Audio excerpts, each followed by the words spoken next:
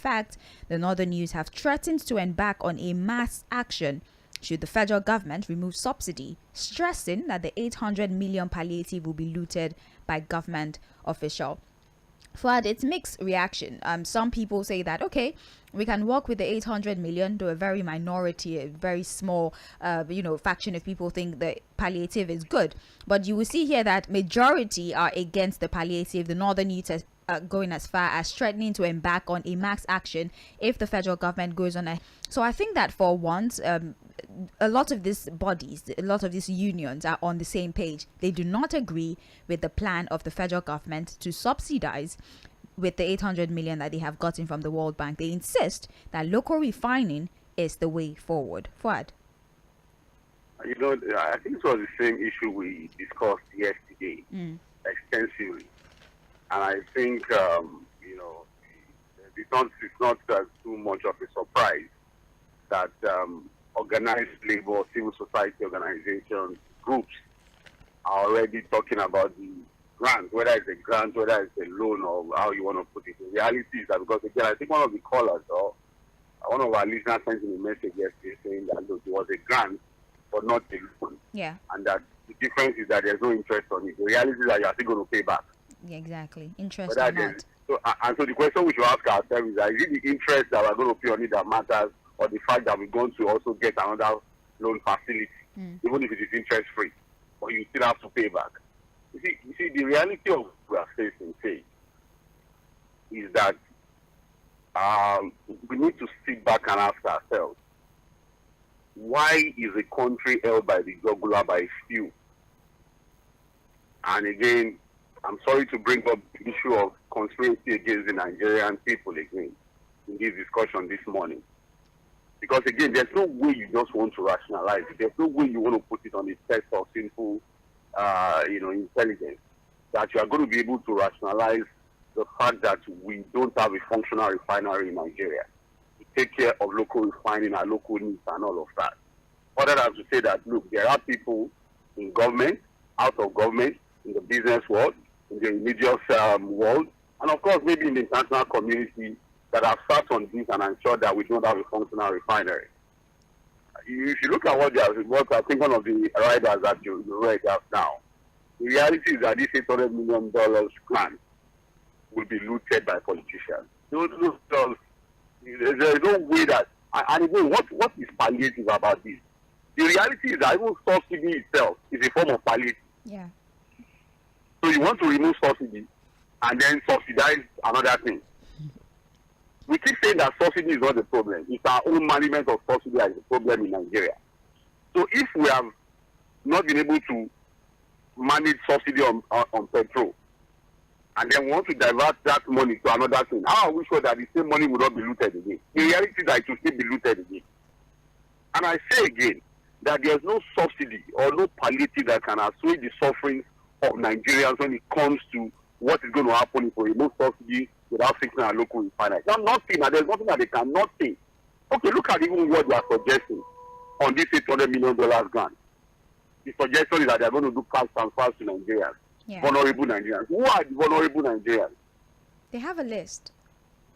How did they get the list? They didn't tell us, but they have a social list of some kind. I'm just saying, you see that ask me question. So that we don't continue to drag this matter. Again, unfortunately, we didn't sort out these issues before the election. Because it was supposed to be the major talking point really for us before the elections. It was important that we got some clarity from the frontline presidential candidate, because we knew that out of the four, somebody was going to emerge eventually as president, and it would have been nice, to get their understanding, to get how they were going to solve this problem, other than just relying on the general statements they were making on campaign grounds. Unfortunately, that was what happened. We were not so focused on real issues. We got so distracted by the antics of the politicians. Now we have a president-elect. Cases are in court to swing either way, but the reality is that there are issues that concern Nigerians that we're not able to resolve before the elections. And one of them, the most important of them all, is this issue of subsidy. And here we are now. Government is moving forward with their own decisions. They have a timeline of June to remove subsidy. None of the refineries as we speak is working. And then we are faced with the reality of the fact that Nigerians would have a tough time ahead. I don't know how we're going to get out of it. I don't know how we're going to Fuhad, get it. let's talk about the position of the TUC, the Trade Union Congress. This is what they're saying, and I'm going to quote them. But then let's take this first paragraph first. The TUC rejected both subsidy removal and government 800 million palliative to cushion the effect. TUC Secretary General Nuhu Toh said organized labor never had any discussion with the federal government on palliative. In fact, he says, and I quote, "This is another neocolonialism tactic by the World Bank to hold Nigeria hostage. It is shocking to hear that the federal government has secured $800 million for the so-called palliative. The government did not discuss with organized labor about the palliative, and the government is on its own.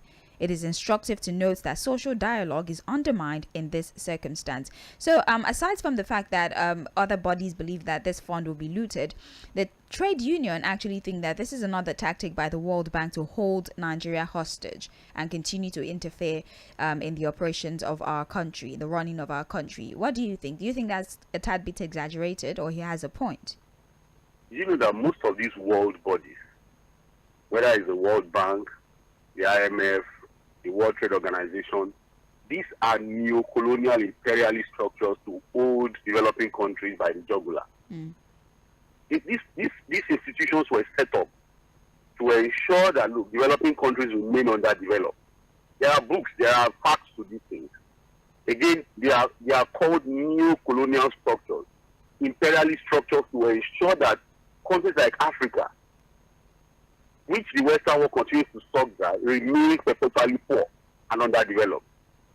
I tell you, do you know that they give all of these money grants and loans because they know that our leaders are going to lose those money?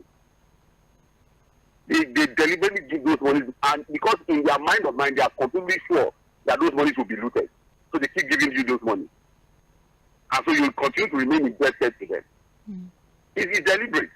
They are very quick to give all of these grants and loans to you because they understand us, they see us. You know what they call 6 minutes? So just give it to them, their leaders will lose the money.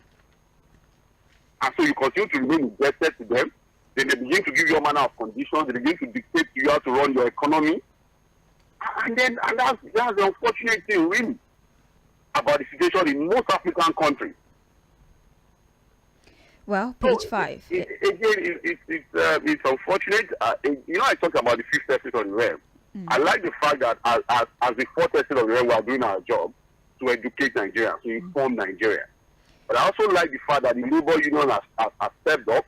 I think the new leadership of the labor union, the TUC, needs to understand their roles now. Yes. And they are already speaking ahead and talking ahead of the issue. So it's going to be a very tough one. And like I said yesterday, we'll wait to see how the president-elect is able to handle this. No, the bragging that he did during the campaign, that whether people protest or not, is going to remove it. For me, I'm waiting to see how he's going to be able to do it. I don't mind, the protest that will come from this institution. Well, the Northern youths are threatening to protest if the federal government goes on ahead to distribute the $800 million as palliative. So I don't see any easy outcome at the end of the day. If it's removed, there might be protest. If they subsidize, there might be protest. Yeah. It's even insulting, really. It's insulting. It does not make any sense. There's no way you can even rationalize it. We know ourselves. These monies will be looted. There's no, and again, you need to ask yourself, how do you do the transfer? Where? There will be cash handouts, so don't be surprised that they will now go into some remote areas to say, oh, these vulnerable Nigerians are not banked, so they need to now give cash to them. How do you audit? How do you probe that? How do you even hold people accountable to that kind of distribution? Because I can tell you, say, the most vulnerable Nigerians are not even banked. They are not in areas where there's any bank available. Right. So this one is easy to lose. All right. Well, on page 5 of the Guardian newspaper is where you find details of this particular story. Let's move to another headline now. 2023 poll, show of shame, says Obasanjo.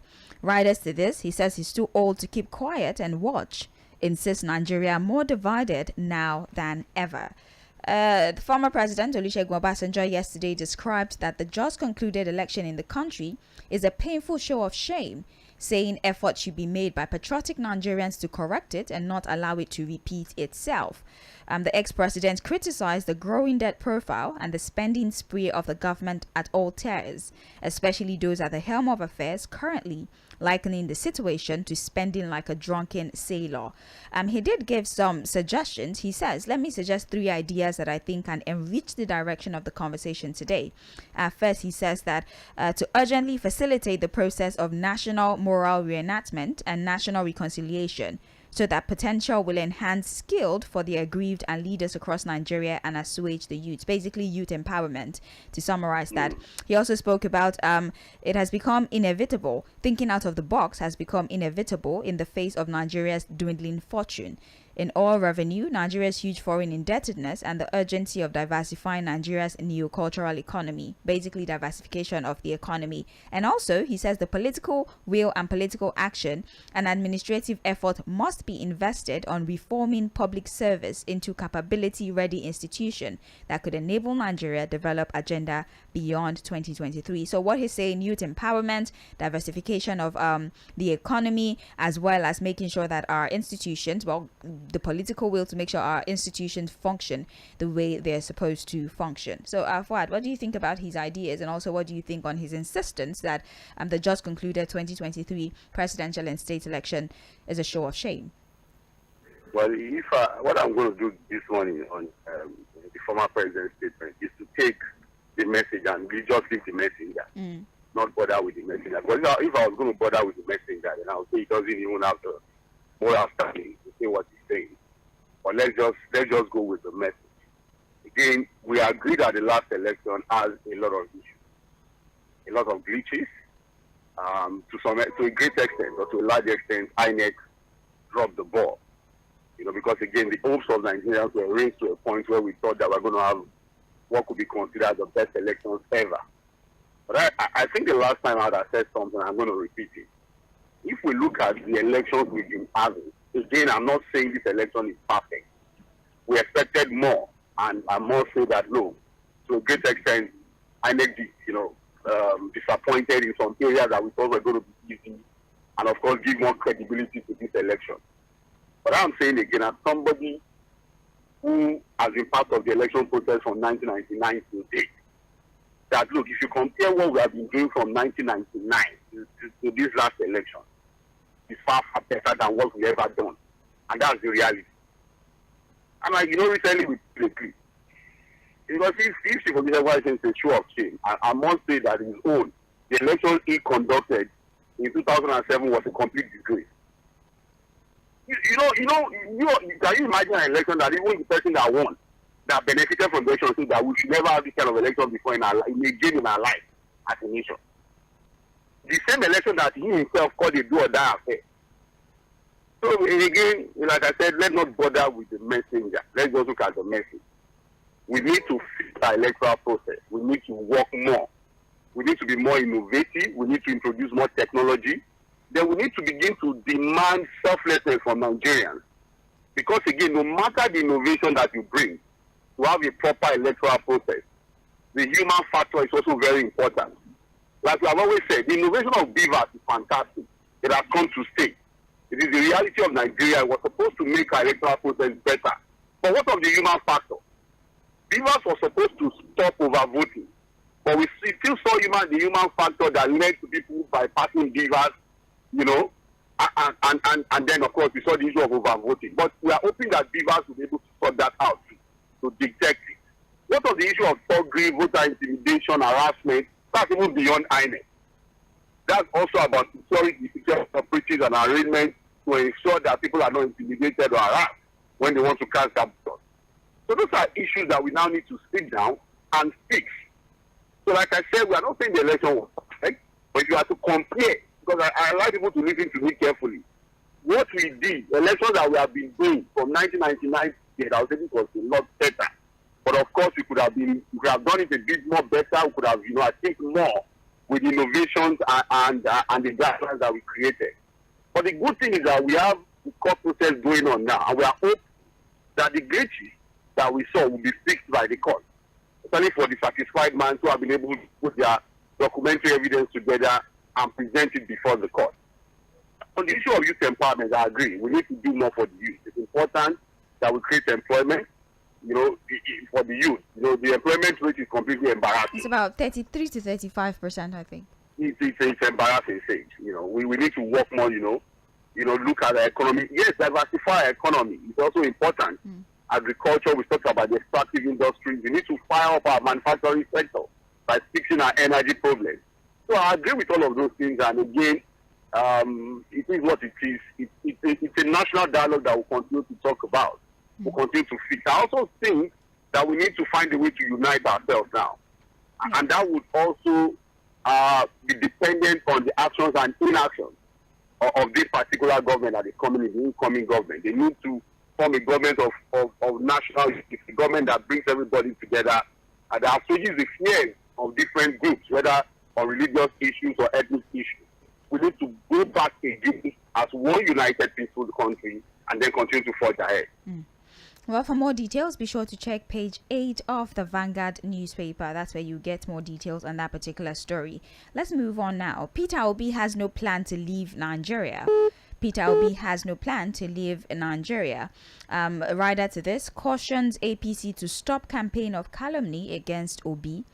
Labour Party Presidential Campaign Council, LPPCC, yesterday accused the ruling All Progressives Congress of a well-calculated and orchestrated campaign of calumny to discredit and delegitimize Mr. Peter Obi, the presidential candidate, and compel him to abandon his right to seek redress in court. Let me quote some of the things that have been said so far. Most unfortunately, in the past weeks, Mr. Obi, the Labour Party presidential candidate, has been contacted by associates, elder statesmen, family and friends with concerns for his personality. These concerns have increased intensely in the last few days as immense pressure has been mounted directly on Mr. Obi to leave the country, no doubt from sources allied to the APC and his agent in security services. Mr. Obi has repeatedly and categorically told that he has a choice to leave Nigeria or face the prospect of being arrested on false charge of inciting insurrection in the country. The Labour Party PCC is accusing the APC of campaign of calumny and also subtle threat to the presidential candidate of the Labour Party. Fuhad, is it the usual whoever accuses should prove, or what do we make of this story? Well, I think I also want to go with, look, if you make accusations like this, you need to bring enough proof to justify the allegations. Now, I don't see any threat that is, so big enough to begin to push Mr. Peter Obi to leave the country. And before leaving home, I was just thinking about all of these issues of Mr. Peter Obi again, and the issue of treason and all of these, recent issues around the Labour Party. And if I was to advise, or if I was Mr. Peter Obi, what would I be doing now? And I'll just give about 4 or 5 suggestions if I was him. Now, the first thing is for him to concentrate on the court cases. Ensure that, he begins to work with his legal team, his lawyer, but he begins to, follow up the case and ensure that his legal team understands the brief and they're able to follow it through at the court. Again, the cases at the appeal court now, it's expected that he's going to get to the Supreme Court for final hearing. So I expect that, look, his concentration now should be more on the case in court, the petition in court and all of that. The second one would be for him to begin to talk to the obedience movement on his plans going forward. And when I say on his plans going forward, with the understanding that, look, the court case could go either way. It could go in his favor or not go in his favor. So talking to the obedience would be, okay, if the court case goes in my favor, these are my plans. If it doesn't go in my favor, these are the plans going forward. Oh, we are going to sustain this movement. We'll continue this engagement. We'll continue to reach out the more. And then begin to analyze the current results now. The areas where he was able to do well and the areas where he didn't do well. Because again, there are people who think that, look, if you look at the performance of the Labour Party, basically, the showing was majorly in the south. First showing was majorly in the south, and then it ended in the north-central part of the country. The Labour movement, the media movement at the Labour Party were not able to get, that penetration into the deep northern states. So it is now important to look at that result and begin to say, okay, how do we take our message to this part of the country? Because again, the criteria to become president is clear. You must have that spread. You must have that spread. I keep analyzing it. For you to become president, out of the 6 geopolitical zones, you must perform very, very well, and I say very, very well, in at least 4 geopolitical zones, if not 5. So it now begins to, take stock of what happened. Okay, these are the areas to improve. How do I reach out to this other part of the country, take my message there, and begin to form alliances going forward. And then also reorganize the Labour Party. If you follow the news saying, the Labour Party is now in the form of disarray. Yes, with the real politicians suspension running the Labour Party. Yes, the real politicians now running the Labour Party have started all manner of shenanigans that may kill that party if they are not careful. So he now needs to sit back and say, okay, how do I get the party to be more stable, to be more structured, and be trusted as a major opposition party in Nigeria? And he also needs to now position himself, that's Mr. Peter Obi, as a major opposition voice in the country. It's about positioning. And then before you know it, if he doesn't get it this time, he may get it some other time. It's possible. President Muhammadu Buhari tried 3 times before he became president. So who says it can happen for him? And good, relatively, is still young, younger than the other candidates in age. So he still has a chance to become president. Well, Fuhad, they also addressed the audio clip that has been going viral, the alleged conversation that happened between Peter Obi and Bishop David Oyedepo. They say that as part of the grand design, they are circulating a fake doctored audio call at no time throughout the campaign. And now, did Mr. Obi ever say, think, or even imply that the 2023 election is or was a religious war? It is very sad and wicked, the attempts to manipulate Nigerians. Our legal team have been instructed to take appropriate legal action against the media outlets that make themselves willing tools in the hands of the APC malicious propagandists. They're also alleging that the audio clip has been translated to other languages and is being deliberately distributed across all the zones in the country to further get the message across. And I don't know, I really don't know to what end, but that's what the Labour Party is alleging. You know, say in politics, and I think I've said it on this show severally, that look, in politics, there are 3 things that the politicians activate. Number 1, they activate their public relations machinery. They activate their publicity machinery. Again, PR and publicity is not the same, for people who are communication experts. And then the last one is that they activate their propaganda machinery. All the political parties, none is exempted. And that's the drill when it comes to communication and then perception management of supporters. They activate that thing. The publicity machinery is activated, the PR machinery of the campaigns are activated, and the propaganda machinery too is activated. And that's the drill when it comes to politics. And I know that Mr. Peter Obi is a thoroughbred politician. He's been in the game too for long to understand that that's the drill. Now, on that lead audio clip, I've listened to it severally. I've also analyzed it as a journalist and as a communications person. And I must say that, look, there's none of the politicians, there's none of the major politicians that did not play on the ethno-religious sentiment of Nigerians in the last election. The APC Muslim ticket was playing on religious sentiments of Nigerians, especially the northern part of the country. That was why that ticket was presented to Nigeria. It was for a particular purpose, and majorly for religious sentiment. And if you look at the voting pattern across, you see that, look, the last election was about ethno-religious sentiment, majorly. So it was not wrong, if you listen to that clip, if he was seeking the support of a religious leader to say, okay, please help me talk to your people. We saw presidential candidates too that went to mosques, that went to religious leaders of different extraction, whether Muslim or Christian. They were all going around trying to, you didn't see a governor during the last election that went to a church and stood outside and was greeting people. What was he trying to achieve with that? The only part of the audio clip that got some of us worried, again, we are not saying it is real or not. That's left for forensic analysis and all of that. But I'm even saying that if the audio clip was real, there was nothing wrong with him trying to get the support of a religious leader in trying to become president. There was a problem. The only part that got some of us a bit worried was when he said It's a It was a religious war. war. That was the only part that, you would say, oh, okay, what's he trying to say here? But again, it's still about perception and about how you are analyzing what he was trying to say. The choice of words, what he was saying, could just be about semantics. That, oh, when you say it's a war, is it about physical war or about the psychological war and all of that?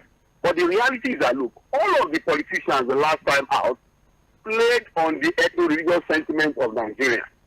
But I'm saying again that, look, the reality of what we have now is that we need to sit back as a people to say, look, do we want to go with that narrative, continue to go with that narrative, or we want to sit back as a people to look at critical issues that affect us, energy issues, the oil sector, how do we diversify our economy, infrastructure deficit, how do we raise our revenue, how do we make the living standard of Nigerians better, how do we tackle the problem of education, health, unemployment. Those are real issues for me.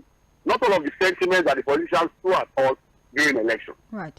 Well, thank you very much, Fuhad. You can get more details on page 9. Speaking about the intra-party crisis of the Labour Party worsening, there's a headline here: Labour Party crisis worsens as faction invades National Secretariat. Riders to this: sacks Abure, other national officials. Tog aided by policemen attacked us, says Abure. Abure remains Labour Party chairman, says NLC. Now, the internal wrangling within the Labour Party has taken a turn for the worse following the invasion of the National Secretariat by a faction of the party. Of course, the court restrained Julius Abure from parading himself as the national chairman of the party. And aside from Abure, I think 3 other party officials were also suspended over alleged forgery. Well, the party's National Working Committee has announced the appointment of the National Vice Chairman, Lamidi Bashir Apapa, as acting national chairman. And this has caused a lot of discord, and we're seeing accusations of even physical altercation and attacks on Julius Abure himself. So, Fuad, do you think that maybe this might be the time for Peter Obi to, I don't want to say distance himself from the discord in the party, and do you also think that this might maybe stain his ambition moving forward with all the litigations in court, of course? Peter Obi was never a founding member of the Labour Party. He Yeah. was in the PDP, and it was few months to the elections that he decided to join the Labour Party to use their platform to run for president. So there were people running the party before. They had their own political structure. He doesn't have to distance himself. I think what he needs to do is to step in now as one of the leaders of the party and begin to, try to whip them back to line, let them understand that the Labour Party needs to not present itself like any other political party, so that there's no trust deficit again from the people. Fuad, please, I'm sorry, let me interrupt you a bit. Whip them back in line. Do you think he has that much influence on the Labour Party to really necessarily whip anyone into line? He has that influence. Yeah, because he's a forgive me, but he's a new member of the party. Mm-hmm. So I doubt he has that kind of influence, because what you're seeing with the Labour Party now is politicians acting out the way they play their politics. This is real politics now, the way they play. So all of the obedience, again, we keep talking about the Labour Party, that the Labour Party only inherited, the end-stars youth movement, which dovetailed into the obedience movement, and then, of course, the movement is not a political party. They needed a political platform. And so they looked at the Labour Party because the party of them went there, whose message was resonating with them. And so they decided, okay, let's use the Labour Party, to see how we can politically wrestle power and then begin to drive the change that we want in the country. So the Labour Party is a political party that is different from the obedient movement that we saw. But again, if Mr. Peter, when we talked about the future of the Labour Party, there was something I said. I said the future of the Labour Party will be dependent on the action or inaction of Mr. Peter Obi. If he decides to remain in that party, then we'll continue to see more traction. But I can tell you that if Mr. Peter Obi, for example, decides to move out of that party now, which is obedient movement, that may be the end of that party. Right. Okay, well, let's and that's the reality. Let's move away from the Labour Party conversation. Page 8 of the Vanguard is where you will find this. There's another headline here: massive flight cancellations loom as fund denies oil marketers access to airport. Riders to this: Abuja ramp congested, Lagos-Akure flight cancelled. Expired apron pass responsible for restriction, says FAN. Now, air travelers across the country will have to seek alternative means of transportation, as the Federal Airport Authority of Nigeria is currently denying petroleum marketers access to airport over incremental tariffs. Well, findings show that the Airport Authority is currently restricting access to all fuel marketers, reason being that it has instituted a 100% increment in apron pass charges, which the marketers are required to pay urgently. The acting general manager, though, there was a conversation with Hope Igbaze, I hope I said her name correctly, my apologies if I did not. She insists that the tariff did not increase by 100%, but instead 25%, and this was necessary, judging by, the realities, the economic realities of the country. It would seem that the marketers are not very enthusiastic about that increase, be it 25 or 100%, and as a result of that, the FAN has decided not to allow them access into the airport, and so flights are grounded as it is right now. What do you have to say about this increase and the reaction of the marketers? I think FAN needs to look at the timing of policies like this and be more circumspect when they take decisions. This is the time that a lot of people would have to travel. Yes. The holidays and all. Because of the level of insecurity that we have. People are scared. So I think time. I just think that sometimes, again, we're in an era where we already want Nigerians to that look. All manner of tariffs, taxes, Nigerians will face going forward. Right, kidnapped victims. Repel 3 ISWAP attacks on Borno communities. Troops fighting to rid the country of terrorists, bandits, and other criminally reiterating the efforts of our security operatives and some of the wins that have been recorded in the past 2 weeks in our Borno community. So I think this is good. As much as we report the kidnappings and the attacks by these assailants, we should also report some of the wins of our security operatives. So that's a good one. Well, unfortunately, just below that particular headline, gunmen invade Lagos community, kill 3, injure 1. Well, I don't know. The numbering is a little bit... Okay. Lagos unidentified. Their mission is at 41 road. Took anything or something like that. They just invaded, killed people, and left somebody injured. I'm sure it's rising inside town. Go on estate in Alimos or there. So, yes. I'm sure that when you said, government invaded, I was thinking kudos to our gallant. She seems to believe that more attention is being paid to, politics rather to increase on coming and going. That said, you can pick a copy if you would like details into more stories. Let's look at front page of the Punch. Bati. Riders to this, INEC has announced President PDP, NNPP. Military cannot interpret constitution. Trusted in the position of the Labour Party, to be honest. Well, the defense headquarters on Thursday described the Damadami stated this in Abuja. Do you know the Labour Party kicks the to the constitution by going to the court to interpret the constitution for Nigerians until they reclaim their story. And their role is to the role of the military.